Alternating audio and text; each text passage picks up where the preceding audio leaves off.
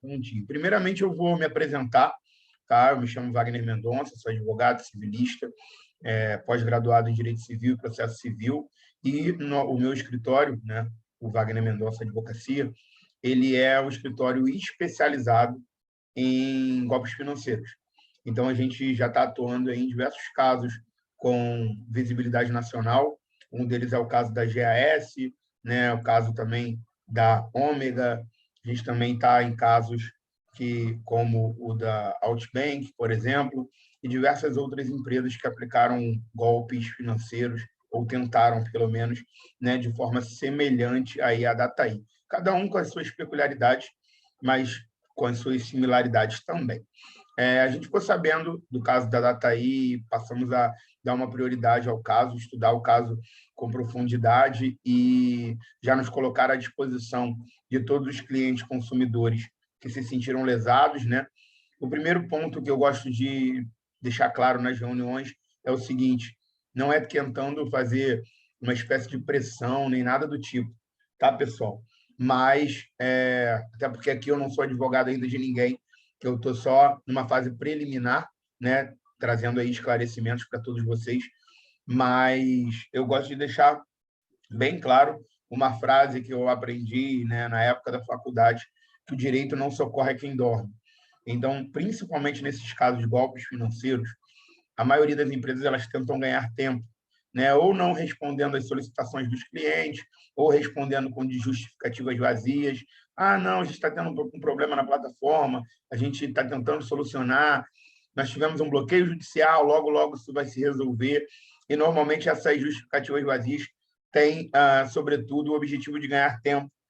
E, com o tempo, os golpistas acabam conseguindo efetivar os golpes financeiros, tá? Eu não estou aqui afirmando que se trata de um golpe, nem julgando né, a empresa em relação ao acontecido, pelo contrário, mas como a gente tem uma especialidade nesse tipo de assunto, a gente já tenta se precaver e, consequentemente, precaver os nossos clientes, que são os principais interessados e lesados, né, na hipótese dos golpes financeiros.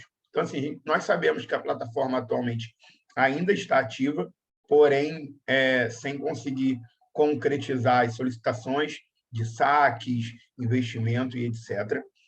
Diante disso, o que eu já deixo claro também, para quem quiser ingressar com a ação, tem esse intuito, tem esse objetivo, já começar a produzir prova, tá? Em relação ao seu extrato perante a plataforma.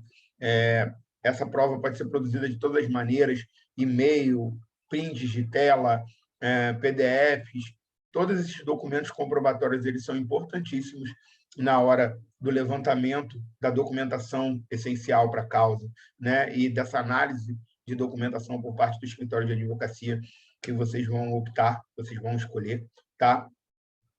Qual é o passo a passo processual nesse tipo de ação? Colheita de documentação, tá?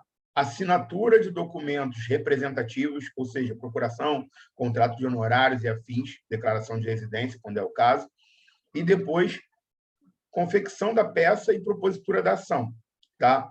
Quando a gente, como escritório de advocacia, propõe a ação, essa ação vai gerar um número de protocolo que vai ser passado para todos vocês, né, que efetivamente deram andamento na ação. A gente também vai cadastrar todos os nossos clientes no Astreia, que é um aplicativo jurídico que o nosso escritório utiliza para poder subsidiar os clientes de informações. Então, esse aplicativo é muito interessante, porque toda vez que o processo tem uma movimentação, o aplicativo avisa, tá? Através de e-mail para quem você está cadastrado. Então, é muito dinâmico, muito útil. Não precisa daquela angústia de ficar entrando no site do tribunal para poder ver se o processo se movimentou, algo do tipo, tá? E após o protocolo, né, do processo e do cadastramento nesse aplicativo Astreia, nós utilizamos também uma técnica que é a do pedido cautelar, tá? É até um diferencial aqui nosso do escritório, porque a gente tenta aproveitar o momento em que a empresa ainda está ativa no mercado, fazendo movimentações.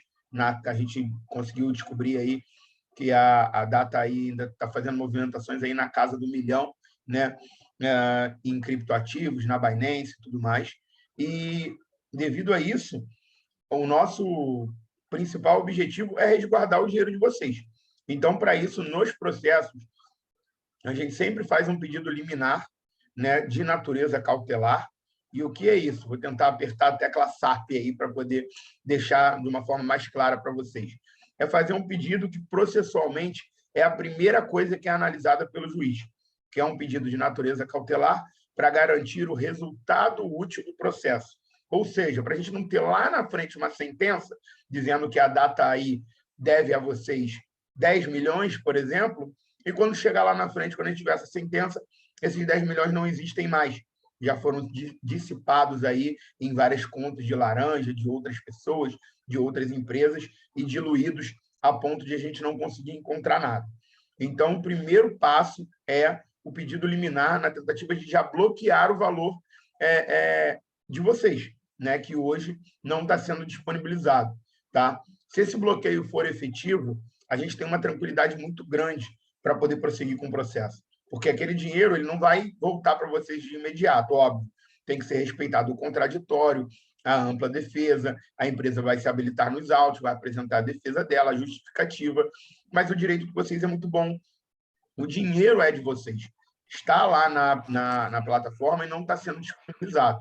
Então, isso aí já é um ato ilícito por si só, o que, consequentemente, eu não posso dizer que garante, tá? Porque todo processo tem um risco, eu estaria violando o código de ética da OAB, o código de ética da minha categoria profissional, mas eu diria que a chance de êxito ela é muito grande. Deixa eu mutar aqui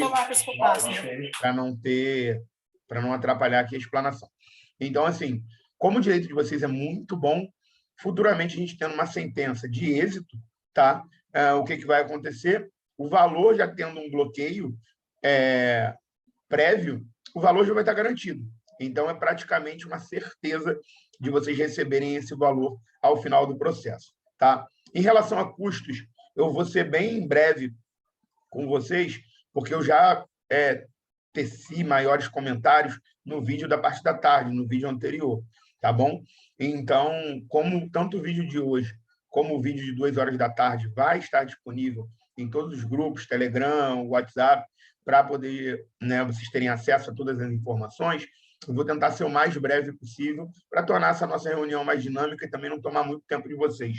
Então, em relação a custos, como eu informei, eu vou cobrar de honorários advocatícios o valor de R$500 por pessoa, tá? Para poder ingressar com a ação, esse é um custo inicial, mais 10% ao final do processo do que vocês ganharem. Então, esse 10% não é em cima da sentença, não é em cima da condenação, é em cima do valor que vocês conseguirem recuperar, que a gente, na verdade, como escritório de advocacia, recuperar só quando efetivamente vocês receberem, que vocês vão estar devendo esse valor de honorários para a gente. Então, a gente vai atuar no processo do início ao fim, em todas as instâncias. Então, o valor que a gente está cobrando é um valor bem módico, tá? Um valor bem baixo, justamente porque a gente sabe que a maioria de vocês acabou de ter um golpe, sofrer de um golpe financeiro, né? Ter um decréscimo patrimonial muito grande, com o dinheiro que vocês contavam, não estavam esperando de acontecer isso, e, consequentemente, tem esse problema, né? Que vocês precisam resolver e sanar. Então, assim, eu particularmente tenho uma sensibilidade quanto a isso. Eu sei que todos vocês tiveram, né, uma notícia muito desagradável para poder, né, digerir, e, consequentemente, também não vou querer onerar, né, ainda mais vocês, mas também todo processo ele tem um custo inicial, né, de protocolo, de mão de obra. O nosso escritório aqui vai se mobilizar 100% em prol dos clientes da Dataí, tá? Então, a gente está pensando nessa causa, né, e, consequentemente, em vocês, consumidores e potenciais clientes da gente, com a máxima urgência, tá bom? E, consequentemente, a gente vai tentar agilizar o processo e dar toda a assistência com o máximo de presteza e celeridade. Então, a gente vai mobilizar todo o escritório em prol dessa causa. Tá? É lógico que a causa precisa também da anuência, né, e auxílio de vocês, porque vocês vão precisar confirmar que efetivamente vão contratar o nosso escritório, né, assinar a documentação pertinente e me mandar a documentação comprobatória, que é uma documentação que só vocês têm. Eu vou mandar uma lista, né, através do e-mail ou dos canais do Telegram e WhatsApp, uma lista de documentos que eu vou precisar para todas as pessoas que entenderem que querem dar sequência nesse processo.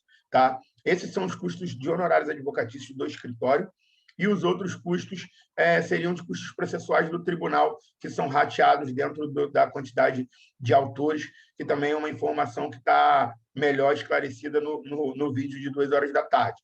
Mas se essa dúvida permear aí na grande maioria de vocês, eu posso até tentar esclarecê-la também ainda hoje. Em relação a tempo de duração do processo, seria leviano da minha parte precisar tempo, tá? Sendo bem realista com vocês. O tempo do processo ele tem N variáveis, N fatores, mas se eu fosse colocar uma média, tá? Sem me comprometer aqui, que é uma média, podendo ser muito mais ou muito menos, mas colocando uma média aí de tempo, eu acho que essa ação duraria por volta de 1 ano a 1 ano e meio, né? Tudo correndo dentro da normalidade. Porque a gente primeiro tem uma tentativa de citação da empresa, depois nós temos aí a apresentação da defesa da empresa, né? A apreciação de liminar e até a própria sentença, que é a decisão final do processo, ela pode ser recorrível, né? Tanto pela gente, caso a gente não tenha uma sentença favorável, o que acho muito difícil, porque, como eu falei no início da reunião, o direito de vocês é muito claro, mas a própria empresa também pode recorrer. Então, pode ser que eles sofram um duro golpe, né? Porque sejam obrigados a devolver o valor de todos os consumidores e tentem um recurso, algo dessa natureza, para poder ganhar tempo, né? Ou até para tentar reformar mesmo a decisão, entendendo que eles não têm a obrigatoriedade de devolver ou algo nesse sentido. A gente não tem como prever qual vai ser a tese defensiva da empresa, mas a gente já esclarece que é praticamente indefensável, porque, como eu falei, o ato ilícito ele já ocorreu. A partir do momento que você tem um valor lá que tem que ser disponibilizado em até 24 horas, vocês fazem essa solicitação e essa solicitação não é acatada, já é um ato ilícito, já é uma falha na prestação de serviços, a empresa já está se locupletando indevidamente dos valores que vocês possuem lá investidos. Tá bom? Dentro de todas essas considerações, tá, eu vou abrir essa reunião aí para perguntas, deixando claro que a maioria das dúvidas de vocês já deve ter sido sanada no vídeo anterior, tá bom? O que eu talvez não falei aqui hoje também, eu já falei no vídeo anterior, certamente, porque eu tentei trazer uma maior dinâmica para essa reunião aqui de hoje à noite, até porque eu acredito que muitos de vocês já possam até ter participado da reunião da parte da tarde, às 2 horas. Os que não participaram certamente vão verificar, né, o conteúdo dessa reunião e vão esclarecer a maioria das dúvidas. Então, aqui a intenção é mais dar um panorama geral, né, me apresentar, obviamente, novamente, para quem não me conhece, e me colocar à disposição para poder tirar o máximo de dúvida possível e esclarecer o máximo de questão possível. Tá bom? Eu vou abrir agora, o Marlon está levantando a mão, está solicitando aí, eu vou pedir para que ele abra o áudio e faça a pergunta dele, e reforçando aqui também, pessoal, que esse não é o nosso único ou último encontro, tá? Pelo contrário, quantos encontros forem necessários para esclarecimentos, tirada de dúvidas e auxílio no levantamento de documentação, eu vou estar, eu e todos os outros membros aqui do escritório, vamos estar 100% apostos aí a poder dar essa atenção a todos os consumidores lesados da data aí. Então, já agradeço de antemão aí a presença de todos vocês e vou abrir aí as perguntas, iniciando pelo Marlon Wellington. Pode abrir o seu áudio e fazer a pergunta, Marlon. Olá, boa noite, doutor. Tudo bem? Boa noite, tudo ótimo. Uma dúvida, na verdade. A gente fez um Pix no sábado, na parte da manhã, algumas horas antes de toda a confusão que aconteceu. Sim. E o intermediador da data é a Ezebank. E esse Pix está pendente. Ele não foi e também não volta. Então, nós estamos em dúvida do que fazer, de como prosseguir, porque diretamente o processo contra a DATAI ele vai existir e acredito que as pessoas vão dar continuidade, independentemente do prazo que a gente receberá o retorno. Sim. Mas a EZBank, ela pode ser também, de alguma maneira, responsabilizada em relação a isso, porque, um exemplo, se eu tenho um Pix que ainda não foi compensado para a DATAI, e consta como pendente, eu consigo reaver esse Pix, eu consigo entrar em contato com a EZBank para ter mais ou menos uma ideia do que fazer em relação a isso? Então, vamos lá, vou tentar esclarecer e já te dar até orientações que, ainda que não solucionem seu problema, pelo menos te faz produzir provas para poder garantir o seu direito, tá bom? Se o Pix está aí, não foi efetivado, o que eu oriento? Primeiramente, entrar em contato com a sua instituição bancária de origem do Pix, tá? Para poder ver se você consegue ainda cancelá-lo ou realizar um estorno, algo nesse sentido. Se, porventura, você não obter êxito, é interessante também fazer uma reclamação perante ao Banco Central, porque se esse valor ainda não chegou para a data aí, ou até tenha chego, mas você não consegue confirmar isso, o Banco Central, como órgão regulador de todas as operações bancárias que são realizadas dentro do Brasil, vai te dar um subsídio muito grande de prova ou até vai solucionar o seu problema, de duas uma, entendeu? Então, a minha ideia aqui, como advogado, não é ganhar dinheiro a qualquer custo ou pegar o máximo de clientes possível. Eu quero resolver problemas. Então, se, por exemplo, com a minha orientação aqui, que está de forma gratuita, né? Já que você entrou na live, que foi disponibilizado o link, eu não estou cobrando valor nenhum para nenhum de vocês. Se com essa informação você já conseguiu resolver o seu problema, eu, sinceramente, já me sinto satisfeito. Meu objetivo já foi atingido, já foi alcançado. Então, assim, entre em contato com a sua instituição bancária, tenta ver se o Pix efetivamente foi realizado ou não. Se não foi, tenta esse estorno. Se a sua instituição bancária não te der um retorno a contento, entre em contato com o Banco Central. Todos esses contatos, guarda número de protocolo, nome de atendente, data e hora que você fez esse contato, print se foi um contato através de WhatsApp ou via e-mail, né? Se foi por um saque e, se for possível, até grava a ligação. O máximo de provas nesse tipo de ação, ele sempre é muito bem-vindo, tá? Em relação a processos judiciais. E, na pior das hipóteses, a gente vai ter que ajuizar a ação contando também com esse valor, porque a plataforma intermediadora que não efetivou ou até acabou sendo, né, excluída do todo o trâmite antes da efetivação. Então, independente disso, como ela é uma intermediadora da DataI, eu entendo a DataI como corresponsável, tá? E isso é um ponto que eu também acho interessante explicar para vocês aqui, tecnicamente falando. Nessas relações, são consideradas, embora sejam operações financeiras, vocês são considerados consumidores, tá? Porque vocês estão numa posição de desvantagem em relação a essas empresas, a DataI e etc. Todo o contrato que vocês né, realizam é um contrato já pré-estabelecido por eles, todas as operações dependem, né, de anuência e de certificação deles, então toda essa relação é uma relação de consumo. Tá? Ainda que vocês sejam investidores, né, como, vamos dizer assim, como meio principal de vida, tá? A grande maioria de vocês, eu acredito que não seja. Então, a grande maioria entra como o conceito de consumidor padrão, tá? O conceito de consumidor estabelecido lá no Código de Defesa do Consumidor. Consequentemente, toda a proteção dos direitos do consumidor, elas recaem sobre vocês. E, consequentemente, nos facilita a também obter um êxito no final do processo. Então, vocês, como consumidores e hipossuficientes, vocês já têm o direito à responsabilidade solidária. O que é isso? É responsabilizar qualquer uma das empresas que fazem parte da cadeia de consumo. Então, por exemplo, nós temos uma intermediária e nós temos a DataI. Se a DataI ela lucrava ou, enfim, ela recebia alguma vantagem em fazer parte dessa transação, ou até a própria empresa intermediária, a gente pode processar uma ou outra ou as duas.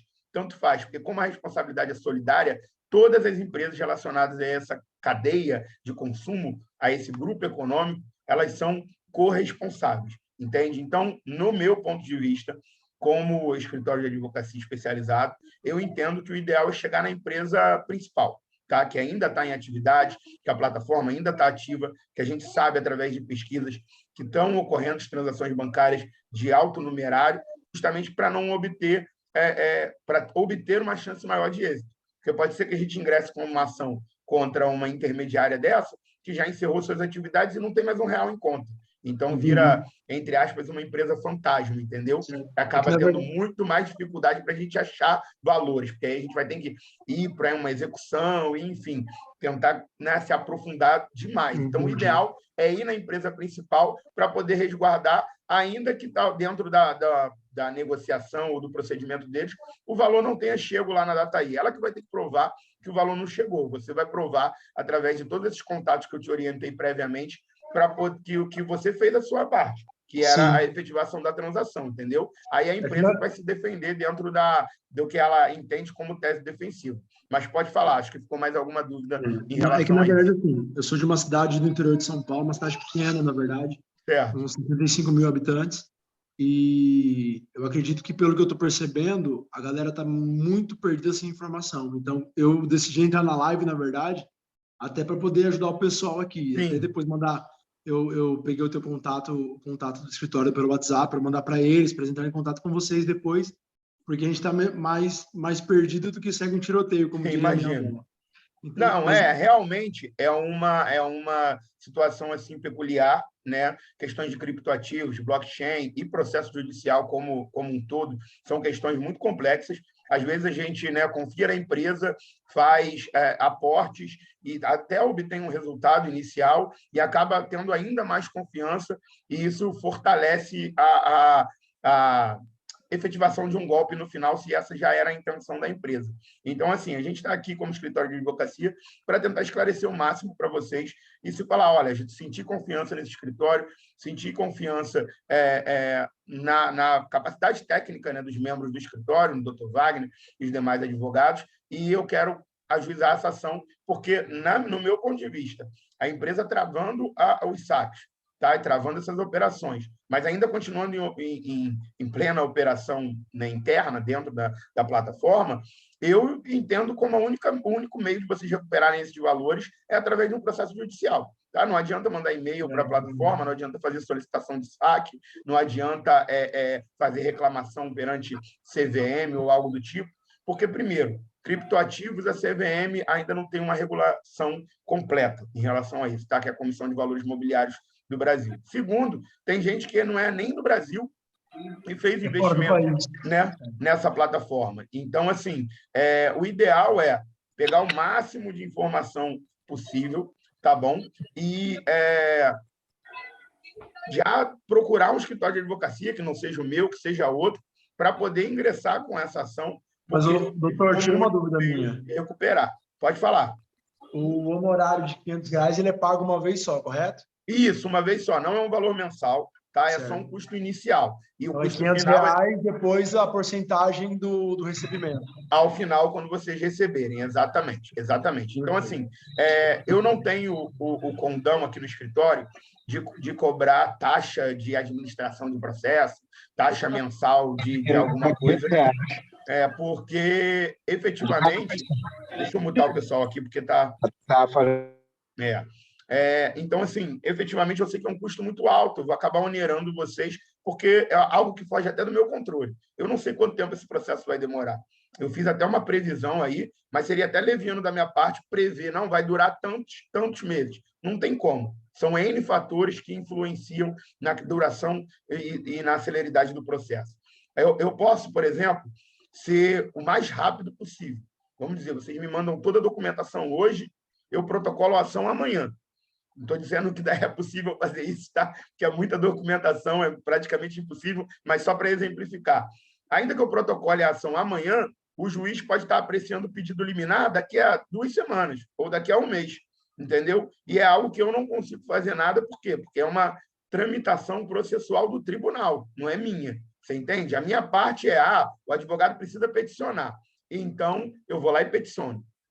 O advogado precisa entrar com qualquer documento que o juiz está pedindo. Eu vou lá e entro. Mas isso vai para uma conclusão, vai para uma certificação pela serventia, depois vai para o gabinete do juiz. Então, esse procedimento interno é do próprio tribunal, né? A gente até dá um empurrãozinho, faz um balcão, tenta pedir uma prioridade, mas eu sempre faço isso de tempo em tempo, porque também, se a gente ficar fazendo balcão o tempo todo, a gente fica mal visto como o escritório de advocacia chato, escritório de advocacia que não aguarda o tempo mínimo razoável de certificação do processo, e em vez dos servidores ajudarem, eles atrapalham, te jogam para o final da fila porque você está sendo chato e inconveniente. Você entende? Então, assim, a gente aguarda um pouquinho e, de vez em quando, diligencia no processo para dar essa celeridade, mas a gente depende muito da tramitação do tribunal e pouco, às vezes, da nossa atuação. Então, por isso que o processo pode até demorar um pouquinho, mas o máximo possível que a gente faz em relação à celeridade, a gente faz, tá bom? Eu vi aqui que a gente tem algumas perguntas no chat, eu vou tentar responder de forma bem curta, tá? E depois eu vou abrir de novo aí o áudio para quem quiser fazer alguma pergunta diretamente pela reunião. Vamos lá. Vão ter que dar uma entrada para poder correr o processo? Não, então, a entrada é da contratação do escritório de advocacia, tá? É os honorários que eu estava falando, R$500 mais 10% ao final, esse valor é único, tá? Eu posso até parcelar em 2 vezes aí, se a pessoa tiver com uma dificuldade financeira muito grande, até pelo golpe que acabou de sofrer, né? Teve pessoas que fizeram empréstimos e etc., para poder investir esses valores, então eu entendo que a gente pode até parcelar em 2 vezes, no máximo, porque também R$500 é um valor módico. Esse valor é de entrada que a gente cobra, e os 10% ao final é só quando efetivamente você recuperar os seus valores. E a gente vai trabalhar até o final do processo, em todas as instâncias, para poder recuperar esse valor. Então, eu acho difícil que vocês consigam valores próximos do que a gente está ofertando aqui, porque realmente a gente está sendo bem assim, condescendente em relação aos clientes da Dataí, porque a gente sabe que vocês sofreram um golpe duro e a gente também não quer onerar vocês ainda mais. Agora, eu vi outra pergunta aqui. Quando faz o BO online, qual a opção que se escolhe? Não tem estelionato, a mais próxima seria furto. Então, o BO online ele é um pouco complexo, tá? Em relação a esses crimes contra a economia, crimes financeiros. Entraria em estelionato, mas depende da delegacia. Por exemplo, o nosso escritório ele fica no Rio de Janeiro, mas a gente tem atuação no Brasil todo. Então, a gente atua no Tribunal de São Paulo, atua no Tribunal de Minas Gerais, atua no Tribunal de Goiás, Pernambuco, próprio Rio, Distrito Federal. Então, a gente tem uma atuação bem ampla, tá? Mas agora, delegacia, como a gente não tem essa especialidade, eu sou civilista. O escritório é um escritório voltado para direito privado, direito do consumidor, direito civil, contratos, instituições bancárias. Essa é a nossa especialidade, tá? Então, eu não consigo dar maiores informações nas questões criminais. Mas, em relação ao BO, é importante fazer, tá? Não acho que todos vocês têm que fazer, mas se uma grande parte fizer, já auxilia bastante em relação à autoridade policial tomar a providência. Porque, como a gente vai pedir o bloqueio dos valores através de um processo, a autoridade policial também pode fazer um bloqueio de valor através de um inquérito, desde que faça um pedido ao juízo criminal. Então, a nossa ação vai ser cível, porque é uma ação de direito privado, de direito de vocês. A investigação criminal, aí ela é uma ação criminal, porque ela vai defender, entre aspas, a sociedade. Vocês comunicam o crime e a autoridade policial fala, olha, não, a gente tem que agir aqui, porque senão outras pessoas podem ser vítimas desse mesmo crime ou dessa mesma atitude criminosa. Ou, no mínimo, vai ter uma investigação. Tá? Então, o BO, eu particularmente entendo como uma boa prova, tá? Para subsidiar nosso processo civil. Mas a gente não trabalha aqui com processo criminal. A gente vai trabalhar exclusivamente com processo civil. O processo criminal ele vai ser tocado pelo Ministério Público, né? Pela autoridade policial, pelo Ministério Público, que é o titular da ação penal. Vocês só vão realizar o boletim de ocorrência. Pode ser feito em qualquer delegacia, de qualquer área do Brasil, que for um crime pela internet, então não precisa ser uma delegacia especializada ou algo do tipo, mas eu sei como funcionam algumas delegacias, tem alguns policiais que são um pouco resistentes em realizar esse tipo de registro. Então, você pode tentar também pela delegacia online, que a maioria aí dos estados possui, tá?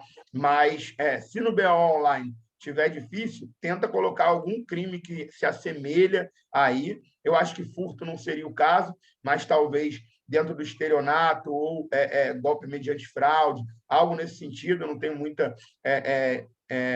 especialidade nessa área, muita capacidade para poder passar para vocês o crime específico, né? Mas aí depois a autoridade, dentro do que aconteceu, a autoridade policial vai ver os fatos e vai tipificar, ou seja, vai enquadrar dentro de um tipo criminal, tá? Mas o boletim de ocorrência é só para subsidiar. A ação civil, que é importante, que é para você chegar para o Poder Judiciário e falar: olha, eu tenho X com a data aí, eu preciso do meu dinheiro de volta. Isso é o que você vai fazer através da ação civil, tá bom? Tem aqui uma pergunta: qual a porcentagem que podemos ganhar nessa ação? Então, a porcentagem que eu cobro como honorários advocatícios é de 10% do proveito econômico que vocês tiverem, tá? Então, 10% do que você recuperar, do que o escritório conseguir recuperar, vai ser pago como honorários advocatícios ao final do processo.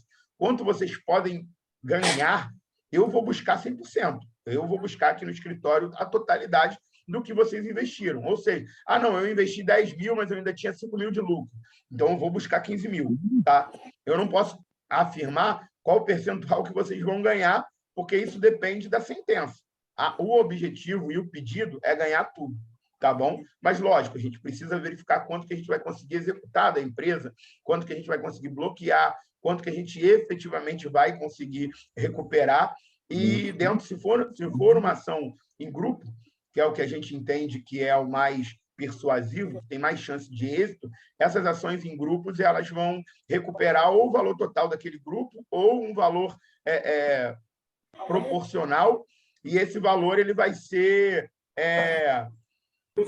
rateado dentro do grupo, de acordo com cada um que tem de acordo com a sua proporcionalidade, vamos dizer assim. Então, não vai ter nenhuma injustiça. Se eu conseguir 50% dos valores, cada um vai ganhar 50% do total pleiteado, você entende? Então, esse valor vai ser sempre proporcional. Espera aí, boa noite, cheguei agora, alguém poderia me dizer qual é o custo da inicial? Para as pessoas que estão chegando agora, tá? Eu vou pedir para que, ao final da reunião, peça o link, tá? Através do e-mail, que é o contato@wagnermendonça, sem cedilha.com.br. Eu vou colocar aqui no chat até para que todos tenham acesso ao e-mail do escritório. E pedindo esse link, vocês podem verificar o que eu já falei na reunião ou até o que eu falei na reunião de 2h. Eu já fiz uma live bem completa, 2h, que tinha mais pessoas até do que a de agora, às 7. Eu sei que tem algumas pessoas que até já estavam na de 2 horas também. Então, para não ser repetitivo, eu vou pedir para que vocês assistam todas essas questões depois, tá? O Tiago levantou aqui a mão, tá? E o Cassiano também fez uma pergunta pelo chat. Então, eu vou só responder o Cassiano, Tiago, coisa rápida, porque a pergunta dele é bem simples, e depois eu parto para a sua pergunta. O Cassiano pergunta se cabe algum tipo de indenização. Então, o que a gente pleiteia são 2 tipos de indenização. A indenização material, que é a devolução do valor que você tem lá, seja investimento, seja lucro. Vamos supor que você tem no seu extrato, né, da plataforma R$20 mil. Esse é o valor de dano material que você sofreu, porque você tem esse valor disponível, esse valor é seu por direito, e a empresa não está permitindo a sua retirada. Então, é isso que a gente pede de indenização material. De dano moral, a gente costuma cobrar um valor, um valor baixo, para evitar risco de vocês. Por quê? Vai ter juiz que vai entender que houve dano moral, porque a empresa se locupletou de valores sem o justo repasse, a justa devolução, mas vão ter juízes que vão entender que não, que isso é um mero aborrecimento, que é um acaso da própria natureza do negócio, você entende? E não vai dar dano moral. Então, eu não posso fazer um pedido de dano moral alto para poder tentar um lucro ou algo nesse sentido, e depois vocês acabarem sofrendo um prejuízo.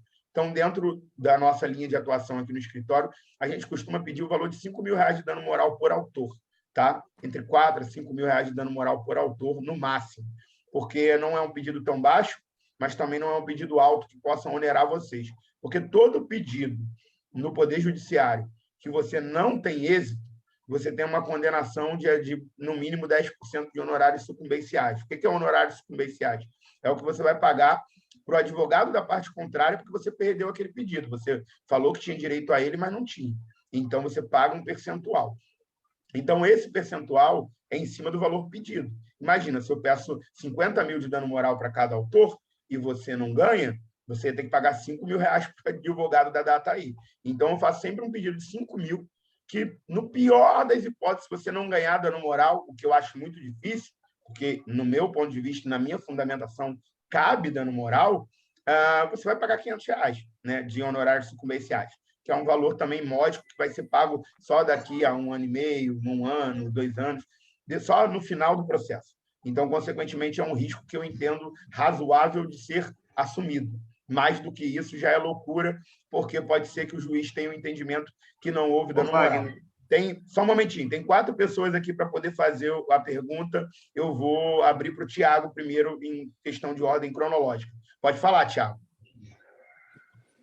Doutor Wagner, eu tenho uma dúvida. Sim. Por exemplo, o CNPJ que está ativo da empresa é apenas de um escritório parceiro, né, que está no nome de Carlos Donizete. Certo. Ele disse que não tem, como é que diz, ligação nenhuma com a empresa. E com quem ele conversava, hoje em dia não responde mais ele. Sim. Né? Então, ou seja, ele disse que não tem acesso a sistemas, né, a tutores diretamente, né? Ele não tem acesso à movimentação de saque, ele não tem acesso a configurações de ID, de consultas, né, de ID. No Sim. caso, o escritório ele é fundamentado apenas para expandir, né? Para clientes visitarem e acabar conhecendo, né, a plataforma. Entendo. Entendeu? Então, tipo assim, esse processo ele vai ser aberto em cima desse CNPJ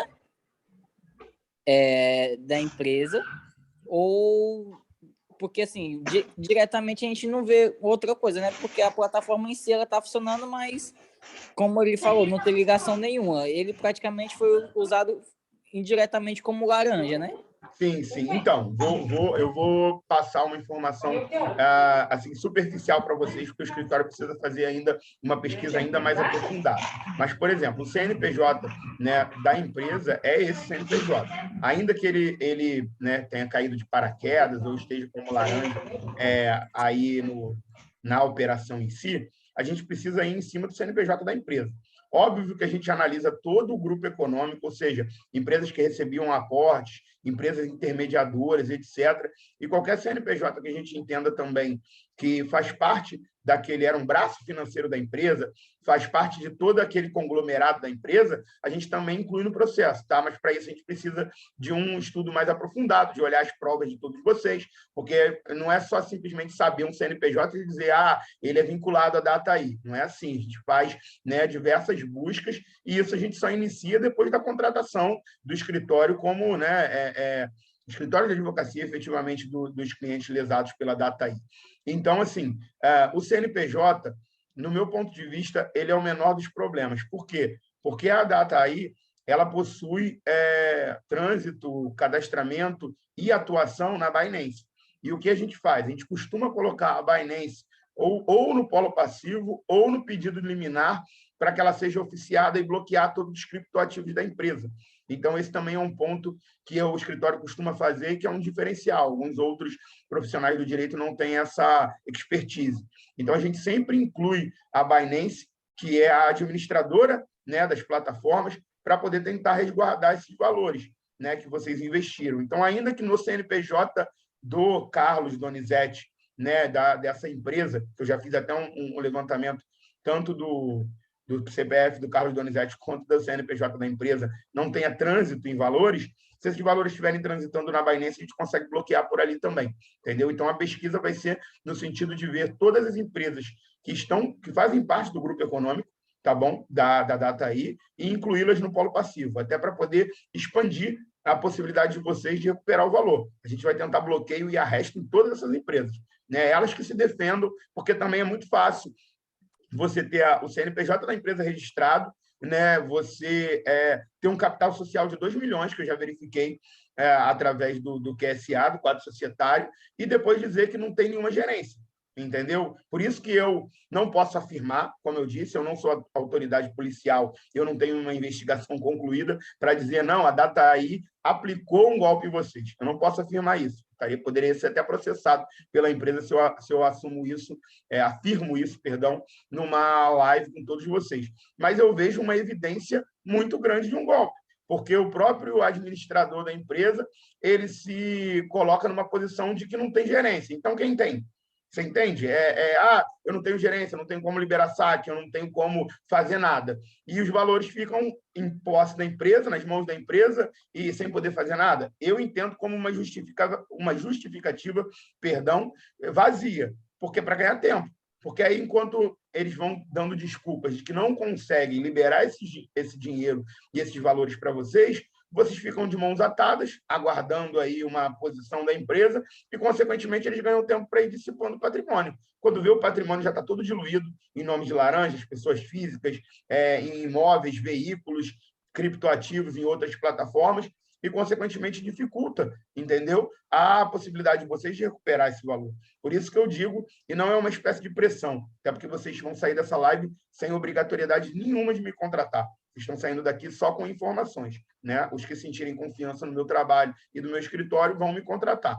Mas eu afirmo para vocês que quanto mais tempo deixar passar, é pior, porque a maioria dessas empresas que aplicam golpes, e se foi o caso da Dataí de ser um golpe financeiro, o decurso do prazo é inimigo dos consumidores e só amigo da empresa, tá? Do golpista, porque o decurso do tempo faz com que eles possam ir praticando atos de dilapidação de patrimônio, de ocultação desse patrimônio e, consequentemente, dificulta o trabalho da autoridade policial, do advogado e até do juiz de encontrar esses valores. Tá bom, Thiago? Então, eu acho que eu consegui responder a sua pergunta. Eu vou abrir agora para o Marcos. Eu acho que, na ordem cronológica, foi ele que fez a segunda pergunta. Depois eu abro para o Neto. Pode falar, Marcos. Doutor Wagner, boa noite. Boa noite. Na sua experiência, qual que é a chance de a gente conseguir executar esse processo?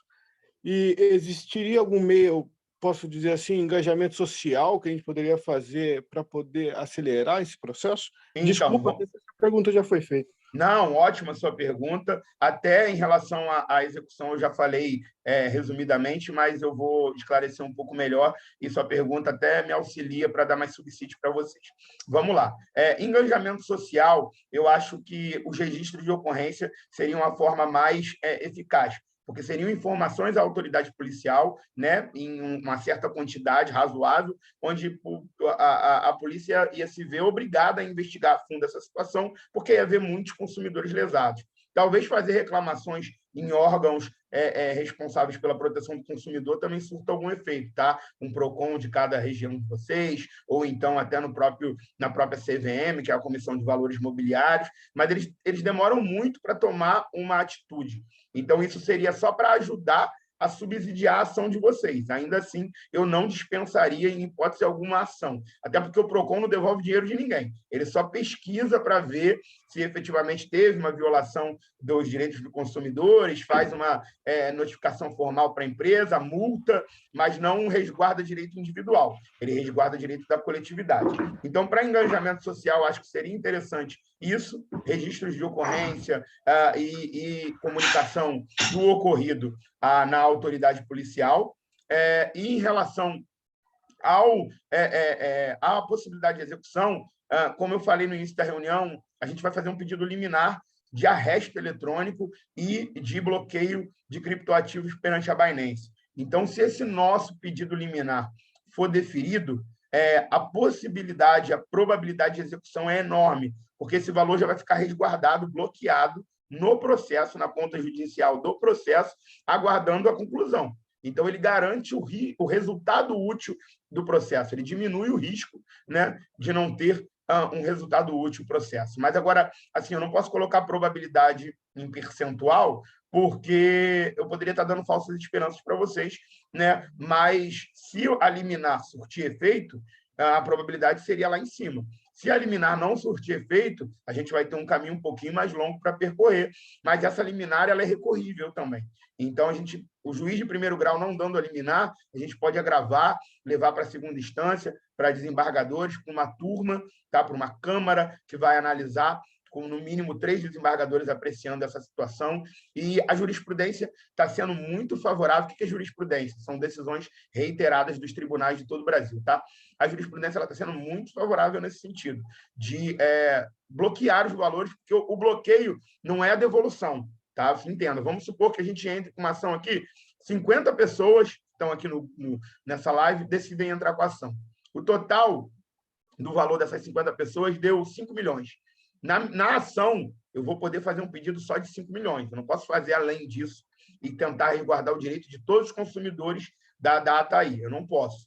Né? É uma ação coletiva buscando direitos individuais. Não é uma ação coletiva buscando direito coletivo.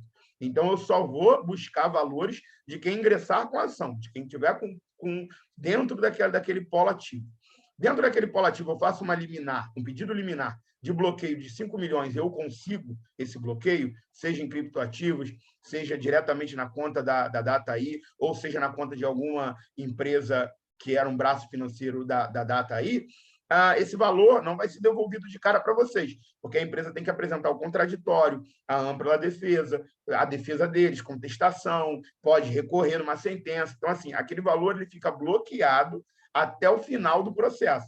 Acabou o processo, a gente não vai precisar nem executar. Acabou o processo, nós logramos êxito, a sentença foi favorável, foi mantida, foi condenada a ATAI a devolver o dinheiro de todos os consumidores, aquele dinheiro já vai estar na conta do juízo à disposição, é só realizar a liberação. Agora, se a gente não conseguir um bloqueio de todo o valor, ou se a gente não conseguir bloqueio nenhum, por exemplo, aí a gente vai ter que utilizar de outros mecanismos de execução, mas aí eu estaria assim, antecipando muito para poder falar para vocês tudo que a gente pode fazer em execução. São várias vertentes. Tem penhora online, tem desconsideração da personalidade jurídica e tentar ir direto no patrimônio do sócio, tem Infojude, Cisbajude, até gravame de semovente tem, que é colocar uma penhora em boiada, por exemplo. Então, assim, para vocês verem o tamanho do universo da execução. A gente tem muita experiência nisso aqui no escritório, mas aí eu ia ter que fazer uma live só de execução para poder explicar para vocês o que a gente pode fazer se no final do processo, na sentença,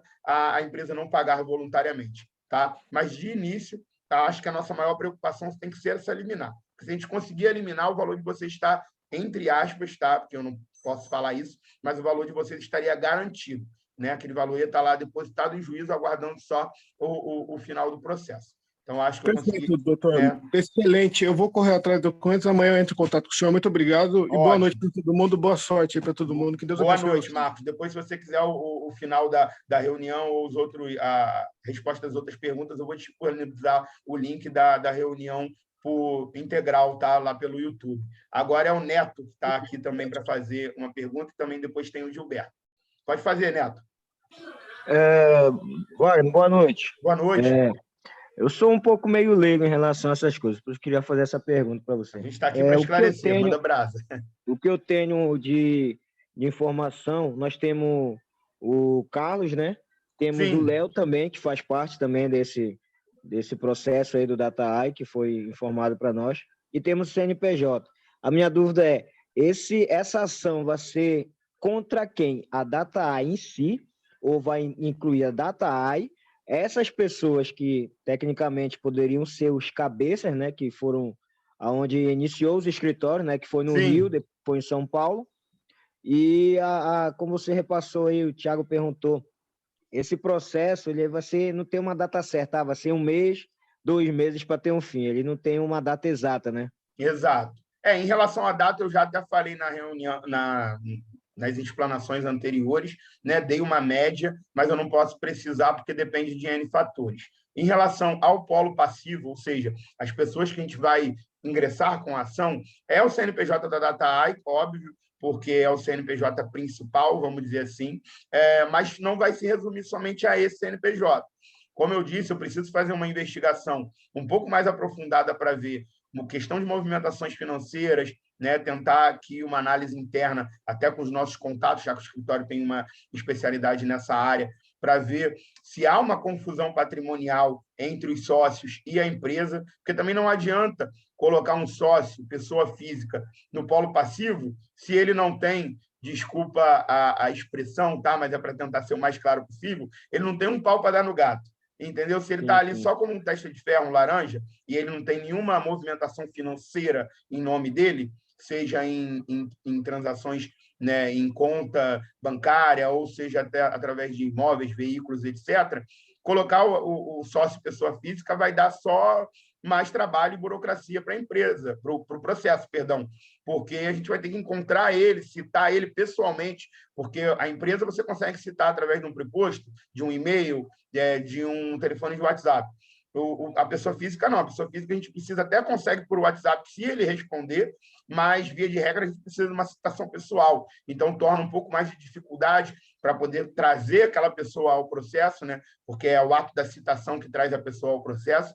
Então, assim, eu não posso te garantir agora, de antemão, né, de forma preliminar, que é aí o nosso segundo encontro, né, com você, pode ser o primeiro, se você não participou da reunião das 2 horas. O meu é o primeiro ainda.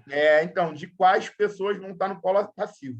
Eu preciso, depois de ter a documentação comprobatória, né, e os clientes já realmente interessados em ajuizar a ação, eu preciso fazer uma análise desses documentos e falar, olha, vale a pena incluir X, Y, Z, mas a data aí, CNPJ principal, esse eu já posso te garantir que ele vai estar incluso no polo passivo, e, inclusive, a gente oficiando a Binance para tentar o bloqueio através dela, porque a gente sabe que tem criptoativos em trânsito lá pela plataforma, que é a principal plataforma de criptoativo que atua aqui no Brasil, né? A gente tem outras plataformas, mas são de menor importância e consequentemente, se tiver valores, são valores menores aí.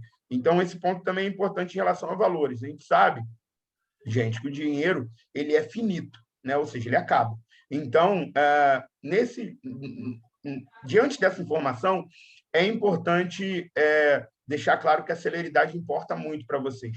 Então, quanto antes vocês optarem por ajuizar essa ação e tentar resguardar o direito de vocês, mais chance de êxito vocês têm. Quem aguardar daqui a 6 meses, 8 meses para poder ingressar com a ação, não vou descartar que tem chance de êxito, mas provavelmente a chance de êxito vai ser menor e provavelmente os meus honorários, pelo menos aqui do escritório, a gente já deve ter uma cobrança diferenciada, porque a gente não pode assumir um risco, entendeu? Hoje o valor é módico assim, porque a gente tem plena confiança que no final a gente consegue esse valor de vocês. Agora, para um processo que vai dar muito trabalho e que a chance de êxito lá no final é quase zero, a gente não pode se basear mais no percentual final. A gente vai ter que ter um valor de honorários iniciais muito maior para poder compensar o nosso trabalho, porque, né, toda a força de trabalho ela tem que ser remunerada, independente da profissão e tudo mais. A gente sabe que a dificuldade, né, da pessoa que acabou de sofrer um golpe financeiro, mas, em contrapartida, a gente não pode também trabalhar de graça, né? Felizmente, aí nem relógio trabalha de graça, a gente tem que colocar lá a bateria ou então a pilha. Então, assim, a gente faz o máximo possível para poder auxiliar vocês e trazer vocês como potenciais clientes aqui do escritório, mas dentro de um patamar justo aí em relação à nossa remuneração, porque a gente dá todo um suporte para vocês durante toda a tramitação do processo. Tá bom, Neto? Acho que está respondida aí a pergunta. Beleza, Mar, obrigado. Muito bom. Eu te agradeço. Seu número vai estar lá no chat? Como é que eu encontro com você para falar? Então, eu coloquei o meu contato por e-mail aqui no chat, mas antes de encerrar, eu coloco o número que a gente fica mais online aqui no escritório. Eu até cheguei a receber algumas mensagens no meu número pessoal, mas eu quase não uso ele para WhatsApp. Então, eu acho que eu não estou no meu número pessoal aqui nos grupos de WhatsApp, Telegram, etc. Eu estou com um número que tem a foto do perfil, a logomarca do escritório. Então, esse que é o número que eu utilizo para contato com vocês com muito mais frequência. Então, quem está mandando mensagem para mim no privado, pode ser que não tenha a resposta, mas eu vou colocar o número aqui do escritório. Coloque no chat para nós, por favor. Pelo chat, pode deixar. Vou colocar assim. Antes de encerrar, eu coloco aqui. Vou abrir agora para o Gilberto. Oi, boa noite. Tiago, vou pedir só para você aguardar mais um pouquinho. O próximo é você, tá bom? Okay. Boa noite, Gilberto. Tudo bom? Boa noite, tudo bom? É que eu não peguei a reunião do começo, né? Eu queria que se você pudesse repetir referente aos preços, qual tipo de BO que eu tenho que fazer, né? Se é eletrônico, se é pessoal, o que que eu tenho que dizer no BO, né? Sim, então, em relação a honorários também, Isso.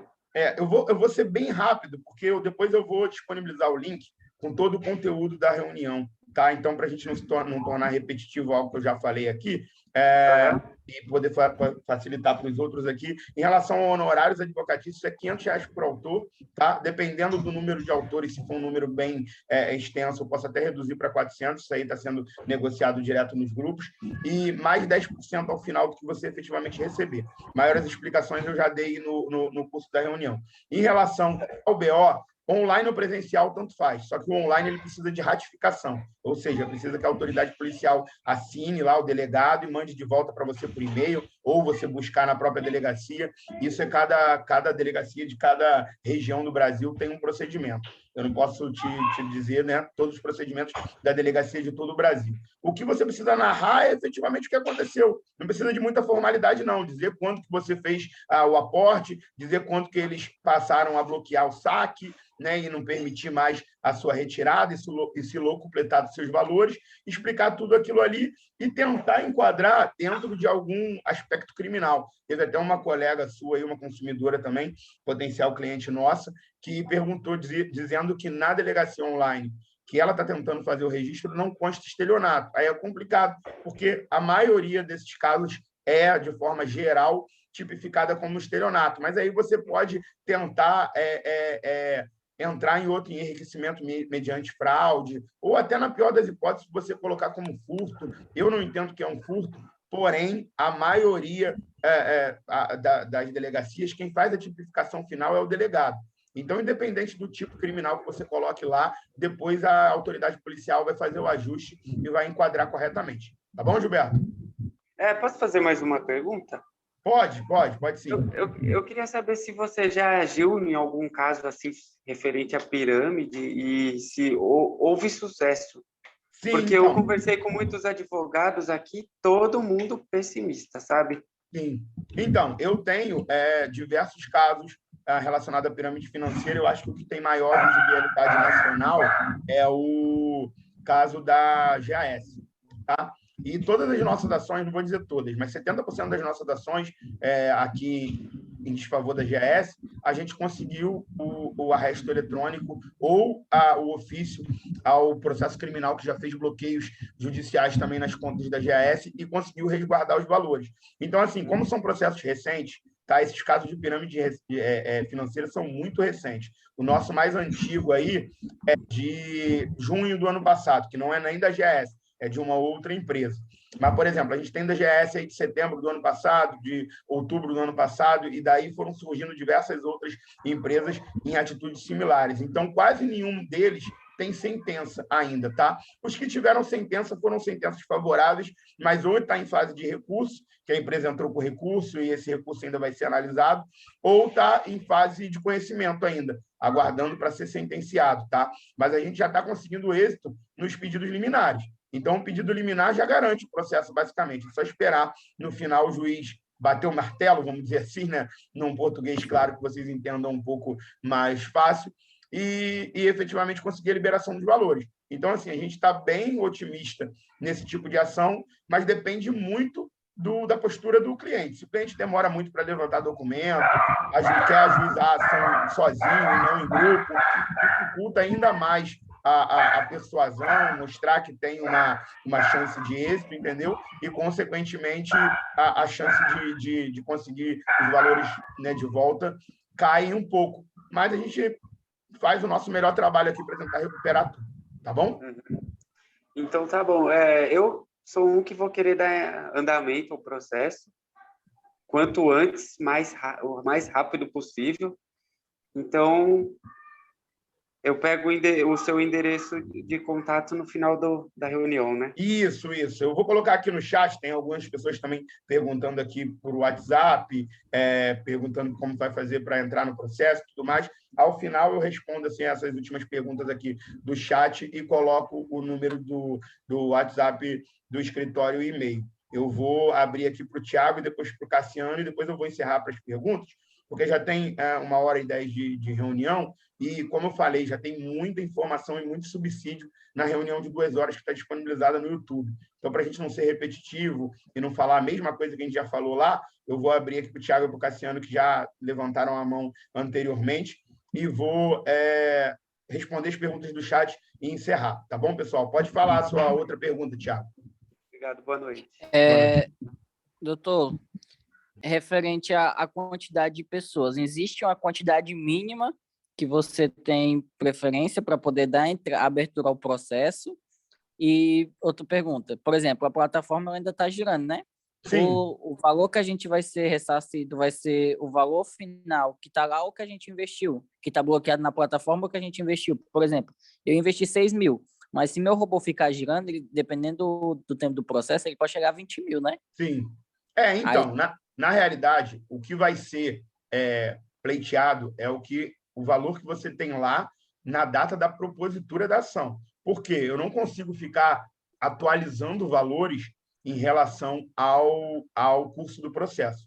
Tá? A atualização que ocorre, ela é de correção monetária do tribunal. Então, por exemplo, a gente vai ingressar com a ação hoje, te dando um exemplo. Você vai tirar um extrato lá do seu valor. Vamos supor que tem lá 8 mil. Tá? O seu valor pleiteado vai ser 8 mil e vai ser corrigido até a data do pagamento, tá? Pelos índices do tribunal, não pelo robô girando da data aí. Porque o robô girando, né, e esse lucro é um serviço que a gente mesmo está pedindo a rescisão desse contrato. Então, você não pode rescindir o contrato e continuar se beneficiando dos efeitos do contrato. Você entende? São pedidos que são contraditórios. Entendi. Olha, doutor, excelência, eu quero rescindir esse contrato, mas no final eu quero ganhar tudo que o contrato, né, me dá direito. Então, não é rescisão, você entende? Então, a gente pede a rescisão no ato do protocolo do processo e essa rescisão é declarada pelo juiz lá no final. Você vai ganhar o que a gente pedir inicialmente, mais a correção monetária pelo decurso do tempo do tribunal. Então, 8 mil, aí normalmente o tribunal é 1% ao mês, tá? Aí a gente tem a correção de acordo com o que o juiz sentenciar. É assim que funciona. E a quantidade mínima? Isso. Perdão, que a sua pergunta foi dupla. A quantidade mínima, então, eu não tenho quantidade mínima, mas eu estou analisando em fazer grupos de 50, tá? Por quê? Porque como são muitas pessoas e como o próprio site do tribunal ele também tem um limite, tá, de protocolo, por exemplo, eu não consigo colocar 300 autores numa ação só, porque conforme eu for cadastrando, eu cadastro Gilberto, cadastro você, cadastro a Rose, cadastro a Angélica, daqui a pouco o sistema cai, porque eu cadastrei muitas pessoas, entendeu? Então, eu acho que a quantidade máxima aí por grupo vai ser de 50 pessoas. E por que eu também estou limitando? Porque para um não ficar dependente do outro. Por exemplo, a gente vai pegar um grupo de 50 pessoas ou mais e vai estabelecer uma data limite para a entrega da documentação, porque isso é algo que não sou eu que vou fazer, depende de vocês. Então, imagina que 49 pessoas entregaram a documentação certinha dentro da data e tem um lá que está esperando. A gente vai incluir uma outra pessoa e esse um vai ficar para o segundo grupo, porque a gente não pode depender da boa vontade de todo mundo. Vai ter pessoas que vai ter essa expertise de agilizar tudo e entregar o mais rápido possível. E eu estou falando já por experiência, tá? Porque a gente tem várias ações com grupos aqui. Então, ao mesmo tempo que a gente tem pessoas que entregam a documentação muito rápido e são bem solícitas, tem pessoa que sequer me responde. Fica lá sem responder o escritório 3, 4 dias. Então, eu não posso prejudicar os demais que estão sendo extremamente sérios por pessoas que, às vezes, até por falta de tempo mesmo, questão de trabalho e tudo mais, mas tem outros que é por questão de desídia, simplesmente, depois eu vejo isso, e fica lá enrolando. Então, a gente vai fazendo por grupos de acordo com que a pessoa for entregando a documentação para o escritório. Fechou um grupo de 50, a gente manda. Fechou outro grupo de 50, a gente manda. Até chegar aos últimos que entregarem a documentação, mas eu acho que para uma ação coletiva assim, no mínimo 10. Tá? Ação com menos que isso, um pouco, o poder de persuasão fica um pouco mais fraco, tá? Porém, Se no final ficar só 5, 6, eu não vou me limitar. Eu posso fazer uma exceção ali com um pouco menos do que eu estou definindo aqui como mínimo, tá? Porque é um mínimo mais de estimativa, tá bom? Mas a gente vai ter grupos máximos também para não ficar esperando todo mundo e até para a gente poder ter uma gestão melhor. Porque não adianta, né, eu colocar num grupo só de Telegram lá com 700 pessoas e metade não é meu cliente, outra metade é, e todo mundo perguntando, acaba virando uma bagunça. Então, a gente sempre vai segmentando para dar a melhor resposta para vocês dentro dessa nossa atuação, tá bom? Vou abrir para o Cassiano agora, depois eu faço as respostas aqui do chat e encerro a reunião. Pode falar, Cassiano. Fala, doutor, boa noite. Boa noite. Então, vamos lá. Esse sistema da DataAI aí, essa plataforma, ela funciona como uma espécie de mineração, é isso? Sim, sim. Então, isso é considerado uma forma de pirâmide, porque quando a gente se fala em pirâmide, pode passar. A gente entende pirâmide assim, ó, um vai colocando o dinheiro para o de cima ganhar e assim sucessivamente. Sim, né? Aí a concordo. gente e essa plataforma não, a gente está minerando algo de dentro da Bolsa de Valores, né? Eu queria saber mais ou menos que tipo de ação o senhor vai entrar, né? O que o senhor vai alegar, né? Para a gente ter uma noção, né? De como a gente proceder daqui para frente. Não, entendi Você perfeitamente. conseguiu formular minha pergunta? Entendi perfeitamente a sua pergunta. É o seguinte, a pirâmide tradicional, né, conhecida aí como esquema Ponzi também, ele é dessa maneira que você narrou. Mas se, por exemplo, uma empresa ou, né, uma plataforma que ela vai recebendo aportes e, ao final, ela impede a devolução desse valor, ainda que a natureza jurídica, né, da mineração ou da valorização seja outra, ela é uma espécie de pirâmide, você entende? Não é uma pirâmide tradicional, mas ela captou recursos de uma gama de clientes e depois estourou, ou seja, ou depois segurou esse dinheiro para si sem fazer uma efetiva devolução.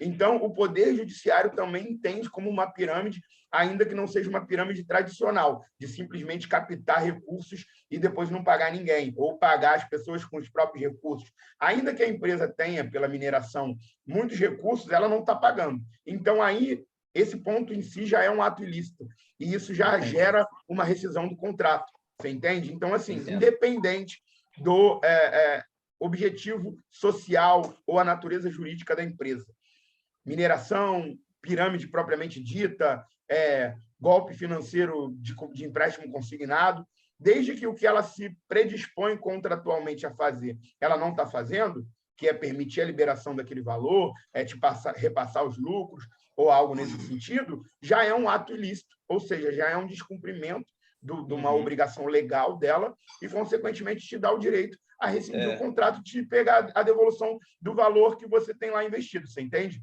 Então, o nosso fundamento jurídico é esse, mas, lógico, de uma forma muito mais técnica, com jurisprudência, com artigo de lei, que a gente coloca na peça processual, que não é o caso de explicitar aqui, até porque aí eu ia estar querendo cuspir juridiquês para vocês, para poder mostrar conhecimento, e não é a minha linha de trabalho. Eu gosto de ser o mais claro possível e transparente, até porque vocês acabaram de sofrer um golpe, então, para depositar confiança em alguém é um pouco mais, né, difícil. Então, ficar trazendo termo em latim, artigo do Código Civil, eu acho que isso aí é totalmente desnecessário, porque 80% das pessoas não vão entender, porque não são operadores do direito. Então, a gente gosta aqui de ser o mais direto possível para poder a gente dialogar na mesma língua, entende?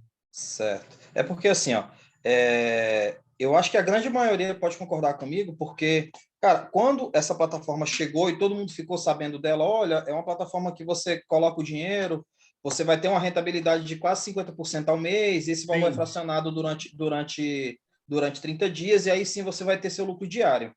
Né? Eu acho que todo mundo visou, porque realmente isso daí está muito melhor do que poupança, do que tesouro direto, então é surreal os ganhos. Qualquer tipo de rendimento convencional, os números são muito melhores. Então, realmente, quando a gente vê que a gente coloca o dinheiro e vê que está sendo rentável, a tendência de todo mundo coloque mais. Vou colocar mais. Isso aí, exatamente. Exatamente, porque nem o cargo público está pagando desse jeito. Sim. Se você coloca um dinheiro alto nesse negócio, né? Mas e aí a gente meio que se ilude, né? E esquece totalmente dos riscos. Eu acho que foi o que aconteceu com a grande maioria das pessoas aí. Não, concordo plenamente com você, e por isso que eu digo que é uma espécie de pirâmide financeira. Porque ainda que tenha mineração e ainda que o lucro esteja efetivamente ocorrendo, entendeu? A linha de atuação é essa mesma, ir aumentando o lucro e ganhando confiança e recebendo mais aportes, até o ponto de travar os aportes. Então, essa é vamos dizer assim, é a base da pirâmide, né? Agora, o que a empresa, né, que está fazendo a pirâmide faz com o dinheiro já é as modalidades de pirâmide, mas não deixa de ser uma pirâmide pelo fato de captar o máximo de recursos, ganhando confiança e dando retorno para vocês, para ao final não devolver nada. Então, né, tentando o máximo de dinheiro possível para no final se locupletar. Então, o fundamento jurídico é basicamente esse. Eu vou responder aqui as perguntas do chat, que são muito poucas, as outras eu já respondi, e vou estar encerrando e depois colocando o link nos canais do Telegram e do WhatsApp para quem quiser rever essa reunião, tá bom? Eu só não vou falar de valores aqui, mas, assim, eu vou te chamar no privado depois, ou até mesmo amanhã, porque já está dando a hora também, já tá bem extenso a live. Sim. Mas tem algumas dúvidas, questão de financeiro, né, do que eu coloquei e tal, que eu gostaria de conversar com você mais coisa pessoal agora. Não, né? Tudo bem. Quem tiver com dúvidas pessoais, pode mandar mensagem de inbox, direct, pelo WhatsApp, que assim que possível eu vou responder. O problema é que realmente são muitas pessoas, né, muitas até que não participaram da live, estão fazendo perguntas que já foram esclarecidas, então não é nem questão de querer ser rude, pelo contrário, eu tento ser o mais cordial possível, porque vocês são meus clientes, ou meus potenciais clientes. Mas, para ganhar tempo e ser dinâmico, as pessoas que estão fazendo perguntas que eu já respondi, eu só vou estar mandando o link das reuniões, pessoal, para a galera, assim, pelo menos, colher a informação que já foi dada, para a gente não ter um trabalho dobrado, e eu conseguir também fazer um atendimento diferenciado para todos vocês, né? Porque não adianta eu ficar repetindo a mesma situação para todo mundo, toda vez que me perguntar, aí eu não consigo, quando tiver realmente uma dúvida pertinente ou algo que ainda, um tema que ainda não foi esclarecido, né? Eu não vou conseguir responder, porque eu vou estar lá perdendo tempo respondendo a mesma coisa. Tá. Eu só queria saber só a questão do grupo, onde eu posso receber o link, porque eu tenho algumas pessoas aqui da minha cidade que investiram bastante em cima disso daí. Sim. E eles estão esperando o meu retorno através dessa live que a gente está tendo aqui para me poder passar para eles, né? E aí eu preciso saber onde é que você ótimo. Me manda essa mensagem no inbox. Se eu não conseguir te responder hoje, Cassiano, eu te respondo amanhã sem falta, porque, como eu te falei, o escritório todo está mobilizado de verdade. Todos os meus colaboradores, advogados contratados, até estagiários, estão mobilizados com essa causa. Então, tanto que o meu expediente normal é de 9 às 6. Tá? Eu estou 8h20 da noite fazendo uma live, tirando dúvidas e esclarecendo tudo com vocês. Então, assim, eu acho que isso demonstra o meu comprometimento. Óbvio que não dá, né, garantia de resultado nenhum para vocês, e eu nem queria fazer isso, garantir resultado, porque senão estaria violando o código de ética da OAB, mas pelo menos mostrar o meu comprometimento. Então, a gente está bem comprometido aqui. Eu estou passando do horário, estudando muito a fundo o caso, conversando com clientes, né, diretamente, até que foram os primeiros que chegaram até mim para poder, né, intermediar aí esse contato com os grupos. Então, me manda uma mensagem no direct que eu vou te mandar o link para fazer parte do grupo. Alguns grupos no WhatsApp estão com seu limite máximo, então a gente está com grupo 1, 2 e 3, mas no Telegram a gente está ali com todo mundo. Então, eu vou te mandar todos os grupos, né, para a gente poder manter esse contato direto. O número do WhatsApp do escritório eu já passei aqui no chat e eu vou responder aqui as últimas perguntas do chat. Tranquilo. Obrigado. Para a gente poder encerrar. Eu que te agradeço aí por todas as perguntas que foram bem esclarecedoras. Acredito que tirou a dúvida de muitas pessoas que estão aí na live. Aqui você pode mandar o WhatsApp do escritório, já mandei, tá bom, Gilberto? O Aleph pergunta como participar do processo. Manda uma mensagem lá no direct do escritório ou um e-mail que eu vou estar mandando lista de documentos necessários e passar o passo a passo para a gente efetivamente começar a constituir os grupos e começar a ingressar com as ações, tá bom? O Emerson, em qual estado vai ser ajuizada a ação? Então, a princípio, devido à sede da empresa assim, em São Paulo, eu estou muito inclinado em ajuizar a ação em São Paulo, tá? Porque a maioria dos grupos eles vão constar com vários domicílios de consumidores diferentes. Então, para a gente estabelecer um foro de competente para ajuizar essa ação, é muito difícil baseado em domicílio do consumidor. Eu não vou pegar, por exemplo, todas as pessoas de Minas, botar numa ação só, eu vou mesclar.